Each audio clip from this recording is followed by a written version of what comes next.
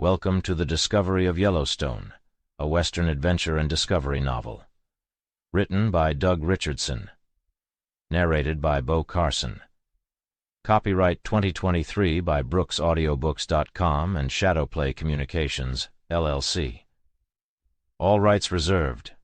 No portion of this book may be reproduced in any form without written permission from the publisher or author. Visit BrooksAudiobooks.com for updates on the availability of new books and a special free offer. Introduction. In the year 1861, a glimmering of gold on Salmon River caused a blaze of enthusiasm throughout the land. Men, bereft of their livelihoods due to the strife of civil war and an economic malaise, beheld this luminous opportunity to transform their fortunes. They pooled their resources and set forth to the land of promise, bringing their families with them. But the journey was fraught with peril. The summer sun, the verdant beauty of the plains, and the pure atmosphere drew them away from civilization, but they faced many hazards. Deserts, barren of water and grass, alkaline plains where food and drink were contaminated by poisonous dust, hostile tribes of Indians, as well as treacherous quicksands and mountain passes, were just some of the many challenges that awaited them. Even personal conflicts and the loss of companions, cattle, and horses were tragically commonplace. Their trek lasted 3 months with mules and 4 with oxen, and many adventurers fell victim to various calamities. The Indian atrocities alone could fill many volumes, and every mile of the route was marked by the decomposing bodies of oxen and horses that perished along the trail. Despite all of these challenges, many made it to the gold mines. However, some expeditions came to a halt when they entered the untamed region that later became Montana. They were informed it would be impossible to cross the mountain ranges with wagons between them and their desired goal. In the summer of 1862, a party of 130 people left St. Paul for the mines of Salmon River. Command of this northerly overland expedition had been granted to Captain James L. Fisk. The expedition was composed of many experienced pioneers and frontiersmen. They traveled by ox teams, crossing streams and bridging those that were not fordable on the entire route. They had to navigate through a partially explored region teeming with numerous bands of hostile Sioux Indians. For 18 weeks they journeyed, and then finally they arrived at Grasshopper Creek near the head of the Missouri on the 23rd day of October. Their supply of provisions was nearly exhausted, and their cattle were too sore-footed and worn out to continue the journey. In the face of hardship, they persevered. A brave group of prospectors from the western slopes of the Rocky Mountains had unearthed small amounts of gold along the stream, and a handful of traders had followed suit, risking the wrath of hostile Indian tribes to turn a hefty profit. Even the unemployed had set off on foot or on the backs of their weary animals, determined to strike it rich despite the dangers that lurked in the harsh and unforgiving wilderness. Flour alone cost a steep 75 cents a pound, and other goods were equally dear. The placer itself seemed unpromising, but hope burned brightly in the hearts of these intrepid adventurers, fed by the same spirit that sustained the first settlers of the land through trials and tribulations beyond measure. This region was known as the gathering place of the Bannock Indians, and so the fledgling settlement was dubbed Bannock. Montana was officially established as a territory on May 26, 1864, and the author himself remained within its boundaries until 1876, primarily occupied with official duties that took him to all corners of the land. Montana was a land of great beauty, with nature on full display in all her grandeur, towering mountain ranges, lush and bountiful valleys, and raging rivers that swelled with life. The clear skies, pure air, and invigorating climate only added to the splendor of daily life. Nathaniel Pitt Langford was a key member of the Washburn-Langford-Doane expedition of 1870, which stumbled upon the wonders of Yellowstone. Though a businessman by trade, Langford also held a seat in the Montana Territorial Legislature at the time. Langford was among the first to recognize the staggering potential of the region and tirelessly advocated for its preservation. His efforts proved instrumental in persuading Congress to create Yellowstone National Park, which was formally established in 1872 by President Ulysses S. Grant. Wednesday, August 17, 1870. Our party, as planned the night before, gathered at General Washburn's office at 9 o'clock in the morning to finalize preparations for our journey. Included in our group were General Washburn himself, along with Cornelius Hedges, Samuel T. Hauser, Warren C. Gillette, Benjamin Stickney, Truman C. Everts, Walter Trumbull, Jacob Smith, and Nathaniel P. Langford. General Washburn was our appointed leader, and we had hired 2 African boys to cook for us, along with Western slope packers Mr. Reynolds and Elwyn Bean as our assistants. Each of us was mounted on a saddle horse, complete with California saddle, cantinas, holsters, and other necessary equipment.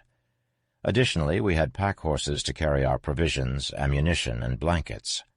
Packing is not an easy skill to master, and we all watched in awe as our packers expertly secured our supplies to the backs of our horses. Although most of our ponies were accustomed to the pack saddle, there was one horse that posed a challenge. Belonging to Warren C. Gillette, this horse stubbornly refused to tolerate the tightening of the cinch, bucking with all its might. Gillette vowed to use the horse solely as a riding mount, and we could only wish him luck with that endeavor. August 18th. I blasted ahead of Mr. Hartzell's posse, halting for a bit at Raidersburg to fill my belly, before continuing my crazy gallop through a raging blizzard towards Gallatin City. It was there that I bunked down for the night in the cozy quarters of Major Campbell's lavish estate. General Washburn had informed us that it was imperative to rendezvous with the commanding officer at Fort Ellis pronto to arrange for some much-needed protection from the military. I also wanted to powwow with a few brethren from the Bozeman Masonic Lodge to discuss some contentious issues that had been brewing for some time. These pressing matters prompted me to bolt ahead of the group towards Bozeman. Friday, August 19th. Rode over to the East Gallatin River with Lieutenants Batchelor and Wright, crossing at Blakely's Bridge and reaching Bozeman at 7 o'clock p.m. Saturday, August 20th. Today was spent in Bozeman and at Fort Ellis. Major Baker, the commanding officer of the 2nd U.S. Cavalry, informed me that most of his men were fighting the Indians in the field. Our party had an order for a soldier escort, but Major Baker explained that the garrison was too depleted to spare more than 6 men. I reasoned that 6 men, added to our own guards, would suffice for good protection. Our pack train and the rest of our group arrived in Bozeman under the cover of night. Later in the evening, I visited Gallatin Lodge No. 6. After a thorough consultation with its head officers and members, I made the difficult decision to arrest the lodge's charter as the only course of action for resolving a severe state of discord. As the Grand Master, I felt it was my responsibility to make this judgment call. I could not conscientiously have applied a softer approach than the one I took. Sunday, August 21st. We made camp just a half-mile away from Fort Ellis on the East Gallatin. General Washburn delivered an order from Major General Hancock, recommended by General Baird, the Inspector General, as a crucial military requirement, for us to have an escort. Major Baker reiterated what he said to me the previous day, appointing 5 soldiers under the guidance of a lieutenant for our protection, and we agreed.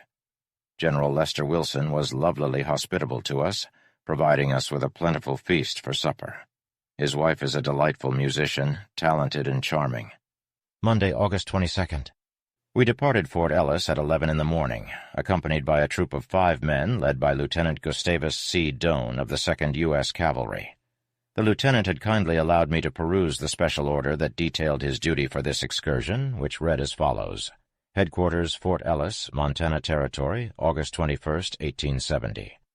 In compliance with instructions from the Headquarters District of Montana, Lieutenant G.C. Doane, 2nd Cavalry, shall embark with 1 sergeant and 4 privates of Company F, 2nd Cavalry, to escort the Surveyor General of Montana to the waterfalls and lakes of Yellowstone and to return. They shall receive 30 days' provisions and 100 rounds of ammunition each. The acting assistant quartermaster will provide them with the necessary transportation. By order of Major Baker, J.G. McAdams, 1st Lieutenant 2nd Cavalry, acting post adjutant. The soldiers, Sergeant William Baker and Privates John Williamson, George W. McConnell, William Leipler, and Charles Moore, accompanied us on our journey, bringing our guard duty number to 14, a sufficient amount required to maintain a guard of 2 at all times, with 2 reliefs each night, serving twice each week. Our grand total, including our packers and cooks, reached 19. As we traversed the trail after departing Fort Ellis, we came across an abundance of the service berry, which the Snake Indians dubbed the tea-amp. Our ascent of the belt range proved challenging, leading us up numerous steep inclines until we finally reached the summit, towering nearly 2,000 feet above the valley below, showing off a stunning panoramic view. The scenery from this point cannot be paralleled in grandeur, as nothing else can compare with both its vastness and uniqueness. In front of us, 20 miles away, loomed the striking Madison Mountain Range with the isolated Mount Washington and the pointed peak of Ward's Peak traditionally prominent. Following the range to the right for an additional 25 miles, the eye could see a peculiar depression where, created by the convergence of the Madison, Jefferson, and Gallatin rivers, the massive Missouri River launched forth on its course to the Gulf. Far in the distance, the majestic Boulder Mountains can be seen with their full blue outline. They stretch away and blend seamlessly into the horizon. To the left, standing a towering 1,000 feet above the surrounding ranges, are the imposing peaks of the Yellowstone. Their summits are often hidden behind clouds or dazzle with perpetual snow. Beneath us, lying like an emerald jewel in its splendid mountain backdrop, is the stunning Gallatin Valley. Split down the middle by the Arrowy River, it is carpeted with a luscious green shade. Despite the allure of this view, we only give it but a passing glance before we turn our horses towards the vast unknown ahead. As we descend the range to the east, we arrive at Trail Creek, a tributary of the Yellowstone, where we will camp for the night. We are now on our expedition, fully aware that there is no help to be found outside of our party, should we require it. Our protection has been planned carefully, and measures for guard duty throughout the trip have been decided upon since we first made camp. My comrade in arms for this service is Hedges. He's thrilled to be working alongside me, and I'm particularly pleased that I'm teamed up with such a reliable partner as Hedges, a man who will never neglect his duty. Tonight we are to stand guard for the first half of the night up until 1 o'clock in the morning. Henceforth, Washburn and Hauser will step in and take our place. Fresh Indian tracks have been noticed, a clear indication that the Redskins are lurking in the vicinity, which confirms the concerns I had after reading the letter that James Stewart sent to Hauser and me. He warned us that we would likely be attacked by the Crow Indians. Although I'm concerned, our safety relies entirely on our watchfulness, and we're all adequately armed with long-range repeating rifles and needle guns. However, there are but few of our party who are proficient in the offhand shooting of a revolver. During our conversation, Jake Smith expressed his doubts about the skill of our party with revolvers, excluding Hauser, who is an expert shooter. He proposed a test to settle the matter, setting up his hat at a distance of 20 yards for the boys to shoot at with their revolvers without rest, at 25 cents per shot. As the members of the party began shooting with inconsistent success, Jake was adding to his earnings without any damage to his hat. However, I had a different plan in mind. I quietly maneuvered behind a clump of bushes and fired 4 bullets in rapid succession from my breech-loading Ballard repeating rifle, hitting the hat and damaging it badly. After hearing the loud report, Jake asked whose revolver made the noise. He didn't discover the truth of what happened, but realized that some of us were better shots than he had estimated. I must confess to him soon, although I now regret not bringing an extra hat, as mine is too small for Jake's head. Regardless of the serious problems we will face on our journey, it's always good to have a little amusement while we can. Tuesday, August 23rd. Last night marked our first night on guard. The first duo appointed to keep watch were Hedges and Langford, while the second were Washburn and Hauser. The night passed without issue, and by 8 a.m. the next day we had resumed packing our horses. Lieutenant Doane and the escort had already set off ahead of us, and we wouldn't see them until we arrived at our night camp. We traversed Trail Creek and made our way over a mountain spur until we reached the Yellowstone Valley. From there we followed the valley upstream for 8 miles until we stumbled upon our current camp. As we moved on, an enormous natural stack of basaltic rock towered over us to the right, one part of which had fallen over, exposing seam-like fissures within the stone. Far off to our right we could see Pyramid Mountain, which crowned itself with snow. Beyond that there was a lengthy snow-covered ridge that extended further into the range. As we passed the Pyramid Mountain, a storm cloud appeared out of nowhere and engulfed the peak. As the tempest raged on, it cast a foreboding shadow on the surrounding peaks, before eventually unleashing a fierce storm that lit up the canyons with lightning and thunder. As I record these observations, another storm is brewing across the peak of the Emigrant Mountain. From where we are, it's a sight to behold. One moment the mountain is cloaked in gloom, and the next it's alight with brilliance. Every gorge, crevice, and canyon illuminated before slowly fading away under a curtain of hail, snow, and rain, only to be shattered by a deafening bolt of lightning ricocheting through its crags, the sound echoing around us like live thunder. On the left of the valley, the foothills were painted with a patchwork of beautiful maroon-colored verdure, stretching towards the snow-capped mountain peaks. It was then that we saw our first Indians. They emerged from the eastern side of the valley, dotted across the hills until they reached the edge overlooking the river, where they stayed for a short while to catch our attention. As we marched up the valley, they slowly inched further down to the point where their ponies were hobbled. Hauser and Stickney had trailed off to the north, hoping to capture an antelope for the evening meal. But upon their return, their report was unsettling. As we watched the group of Indians across the river, unbeknownst to us, there were over 100 more of them lurking atop a nearby butte, observing our every move. It wasn't until Hauser and Stickney were almost upon them that they dispersed with their horses, disappearing over the other side. This encounter served as a reminder of the danger that lay waiting for us. We could very well fall victim to their raids and be left stranded without food or supplies in the middle of nowhere. The camp was filled with discussions and anxieties all night long. We are a determined bunch, and we know we must remain vigilant at all times. With our high-powered rifles and sufficient ammunition, we could hold our own against 200 or 300 of them. But what happens when we're outnumbered? The odds may not be in our favor, and we might be wiped out completely. It's a sobering thought. To add to our woes, Jake Smith's nonchalance is affecting everyone. He thinks there's no need to keep watch and stay on guard. Maybe he thinks his bald head isn't as attractive to the Indians.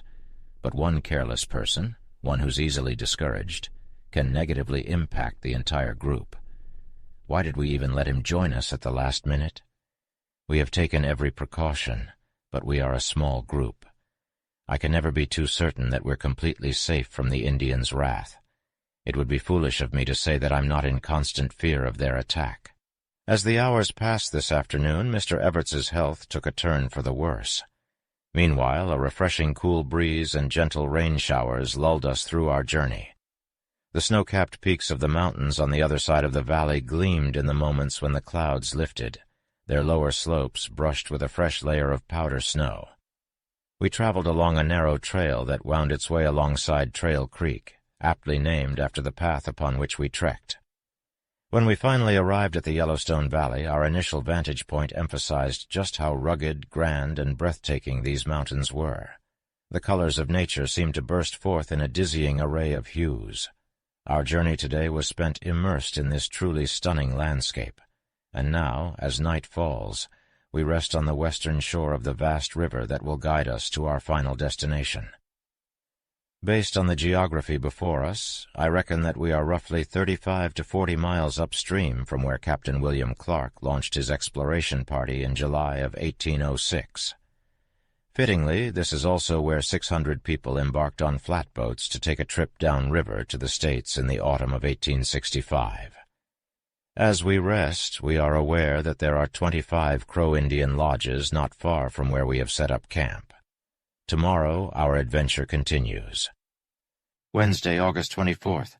It rained heavily throughout the night, but Lieutenant Doan's tent was a true refuge. We squeezed in snugly and slept peacefully, with no water dripping inside. The next morning we woke up to occasional rain showers, which we ignored while some of our escorts fished for trout. Unfortunately, Mr. Everts was feeling poorly and couldn't join us on our journey. We decided to move forward, but we planned to wait for Mr. Everts to catch up. Our group was ready to depart, and General Washburn assigned 4 men to escort the pack train. At 2:30 p.m., we left our camp, taking the pack train with us. After 6 miles, we maneuvered across a mountain spur overlooking the valley, and I paused for a moment to savor the splendid view.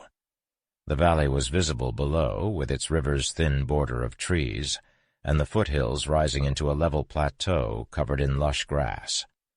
Also, the snow-capped tops of the distant mountains added to the majesty of the scene. Additionally, we could see the long train of pack horses winding their way along the small trail, presenting us with a magnificent sight. The rock on which I stood was a coarse conglomerate or pudding stone. After 5 more miles, we crossed a small stream bordered by black cherry trees. Some of them were broken down, signs that bears had passed by. We journeyed 1 mile farther and decided to make camp a mile below the middle canyon. For supper tonight, we enjoyed a feast of antelope, rabbit, duck, grouse, and even the best of large trout. Meanwhile, General Washburn, Hedges, and Hauser were all having an animated discussion about the differences between France and Germany and the possible outcome of the war. Their debate was lively but loud, and I had to remind them to tone down their language. However, I wasn't surprised that neither General Washburn nor Hedges could help but swear. Thursday, August 25th.